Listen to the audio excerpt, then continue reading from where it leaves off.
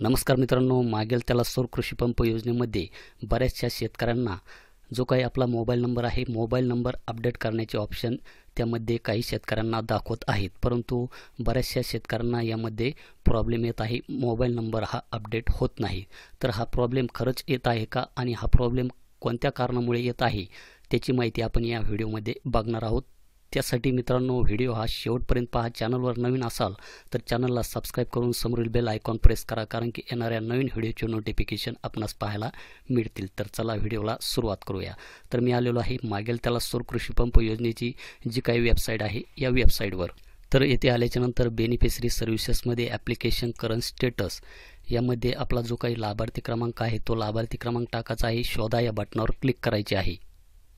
तर मित्रांनो, यामध्ये करंट स्टेटसमध्ये पाहू शकतात की अर्जाच्या सद्यस्थितीमध्ये हा जो काही अर्ज आहे हा मंजूर झालेला आहे आणि येथे पंप क्षमता अश्वशक्तीमध्ये याच्या खालीच आपणास पुरवठादार शोधा हे ऑप्शन आपणास पाहायला मिळते.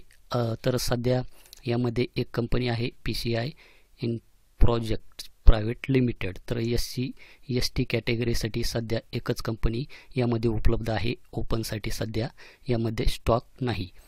तर आपण पाहू शकतात की इथे पंप क्षमता अश्वशक्तीच्या खाली येथे पुरवठादार शोधा असे आपणास दाखवले जात आहे. तर अशाच प्रकारे मी एक दुसरा अर्जाचे स्टेटस आपणास येथे चेक करून दाखवतो.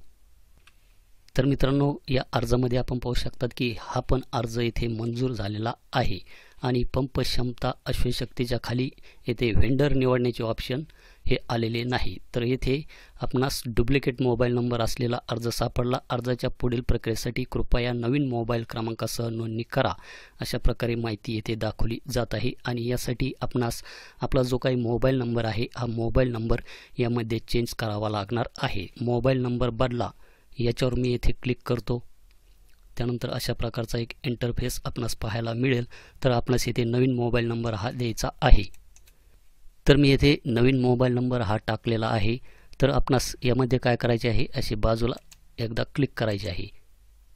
बाजूला क्लिक केल्याच्या नंतरच आपणास येथे खाली मोबाईल नंबर बदला अशा प्रकारचे ऑप्शन दिसेल. तर मोबाईल नंबर बदला याच्यावर क्लिक करायचे आहे. त्यानंतर त्या मोबाईलवर एक OTP जाईल. तो OTP आपणास यामध्ये टाकायचा आहे आणि OTP प्रमाणित करा याच्यावर क्लिक करायचे आहे. तर लाभार्थ्याचे यशस्वीरित्या प्रमाणीकरण झाले. तर मी येथे ओके करतो.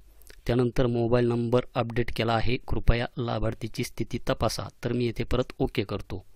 तर मित्रांनो, यामध्ये सध्या तरी मोबाईल नंबर हा अपडेट होत नाही, कारण की ही जी काही वेबसाईट आहे सध्या ही अंडर मेंटेनन्स आहे.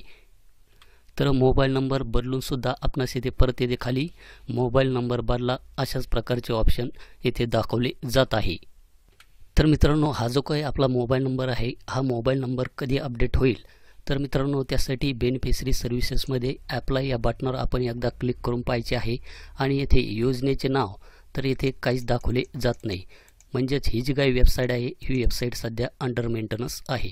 ज्यावेळेस इथे योजनेचे नाव यामध्ये मागेल त्याला सौर कृषी पंप योजना अशा प्रकारे दाखवले जाईल, त्यावेळेसच मित्रांनो होऊ शकते की आपला जो काही मोबाईल नंबर आहे हा मोबाईल नंबर यामध्ये अपडेट होईल.